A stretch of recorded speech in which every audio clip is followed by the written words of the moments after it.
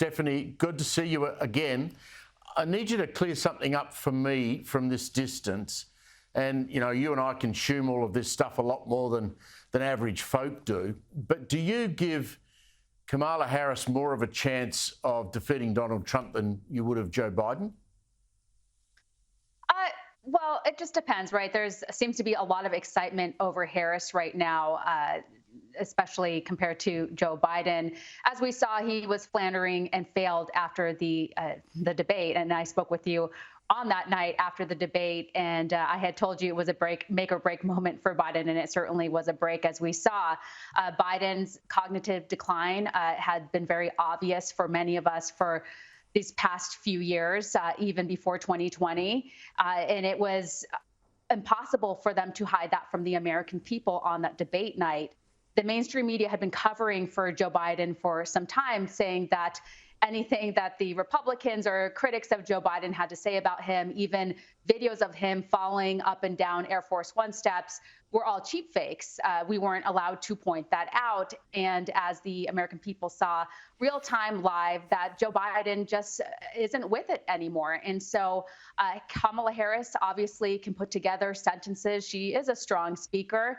Some are critical of her so-called cackle and some of the jokes and some of the things that she says when she's speaking. But overall, she is a much more effective candidate than Joe Biden, and that's obvious. But she has a lot of problems. Remember, this is the same woman who hardly made it through the Democratic primary. The Democrats rejected her. This is the party of DEI, and they ended up choosing an old white man, which is Joe Biden. Kamala Harris had very little support among Democrats, and I don't see how that changes.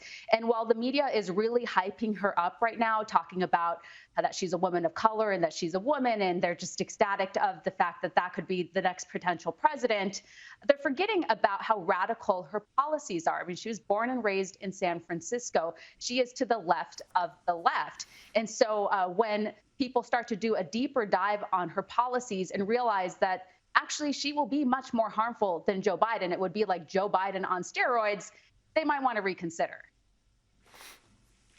And Stephanie, as you pointed out before, this all hangs on the swing states. So if you look at those swing states where this election is going to be won or lost, and then you look at the people who are voting in those swing states, do they want to elect a hard left president to run the United States? Much more left she is than what Joe Biden was, right? That's right. I mean, like I said, she wants to ban fracking. She is the type of person who has suggested that we should all go to electric vehicles. And I don't have a problem with electric vehicles, and a lot of people don't. But unfortunately, they are very expensive right now and not practical. I mean, I drive a Tesla Cybertruck and I love it, but I also have other vehicles. But I would never force anyone to have to purchase an electric vehicle. So it's like they live in a bubble. They're completely out of touch with the average American who is just struggling to pay their bills just to get by. And so, yeah, I think it's going to be a hard sell for her on voters in these swing states. And I think there's going to be a huge effort to erase her past on policies. And I think they're going to try to gaslight the American people on what exactly she supports.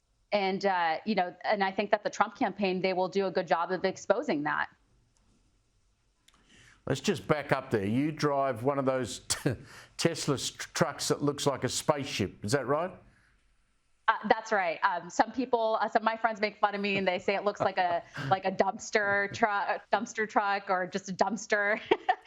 So I get teased a lot, but yeah, I do. I never was like a huge electric vehicle person, but definitely was into the truck when it came out. So yeah, I love it. I love Elon, and it is good stuff. Both sides are now rolled out some ads, and they're going to be pretty nasty, I think. The ad about Donald Trump, I mean, they're always going to attack him on his record. And the Republicans themselves have rolled out an ad about Kamala Harris as well. I just want to ask you about, everyone's leapt on the J.D. Vance comments made in an interview back on Fox in 2021 about cat ladies. Is that going to play in America, or people realise that this is before JD even came anywhere near being a vice presidential candidate? Yeah, I saw the commentary. I mean, I don't take issue with it. And I think he has a point, right? That there's an effort to keep women single and childless so that they can keep them in the workforce, so that they don't take, so that the corporations can keep them in the workforce so that they don't take time off for maternity leave and can focus on just being just workers. So, yeah, I mean, of course, the left's going to be angry about that. And maybe he was just joking, who knows? But they're going to throw everything at him. They already don't like him. They weren't going to like any of Donald Trump's VP picks. So they're just going to go through all of his media, social media, interviews, and everything to see what they can to get out there in headlines to try to take him down with the ticket. But ultimately, it's just not going to work. I mean, the VP pick in this case isn't really going to make a difference for Donald Trump. Ultimately, people are going to go out to vote for Donald Trump, not for Vance. What's up with Barack Obama and ultimately Michelle Obama as well? Why have they not endorsed Harris? It's a good question. And, there's two theories on this. Number one is that they actually don't have a good relationship with Harris, that she was not one of their first picks. The other theory is that they want to actually make this look like a democratic process, in which it is not. And that would be that not one Democratic voter voted for Harris. And so, there are a lot of people on the left who take issue with how this all went down. Originally, as you know, the mainstream media tried to trick everyone into thinking that Joe Biden's mental abilities and physical well-being were perfectly fine and that there was nothing to see there. All of a sudden, they turn on him, push him to drop out of the race, essentially, and all the Democratic operatives behind the scene, which a lot of people believe that it was Obama and the Clintons and Pelosi who had a say in this. So, yeah, it really is just interesting times for sure.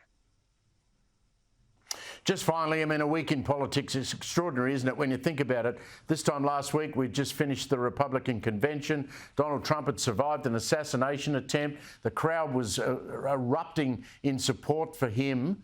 And now we've got a new presidential candidate in Harris. And we've still got the FBI going, well, we're not quite sure what hit Donald Trump in the ear. I mean, what the hell is that about? Yeah, I mean, it's completely shameful what has happened here. I mean, if they don't know, why would they put that theory out there? Donald Trump's doctor said that he was hit by a bullet. So it's not like they did a medical examination on Trump. And so this almost seems like it's a politically motivated comment. And instead of focusing on what they think they know about what hit Donald Trump's ear, maybe they should just focus on the investigation as a whole and come up with some answers for the American people. At this point in time, the big question is, are the candidates safe? Are all the protocols when it comes to security being met? What went wrong? How do we prevent this from happening again? And it just seems like nobody's really being held accountable. Of course, the head of the Secret Service resigned, but she resigned. She wasn't fired. Nobody's been fired. So again, it seems like there is a huge lack of accountability here, and so many people are concerned. And I would imagine if you were a candidate, Donald Trump or Harris, that you would be concerned as well. Stephanie, always great to catch up. Thanks a lot. Thank you.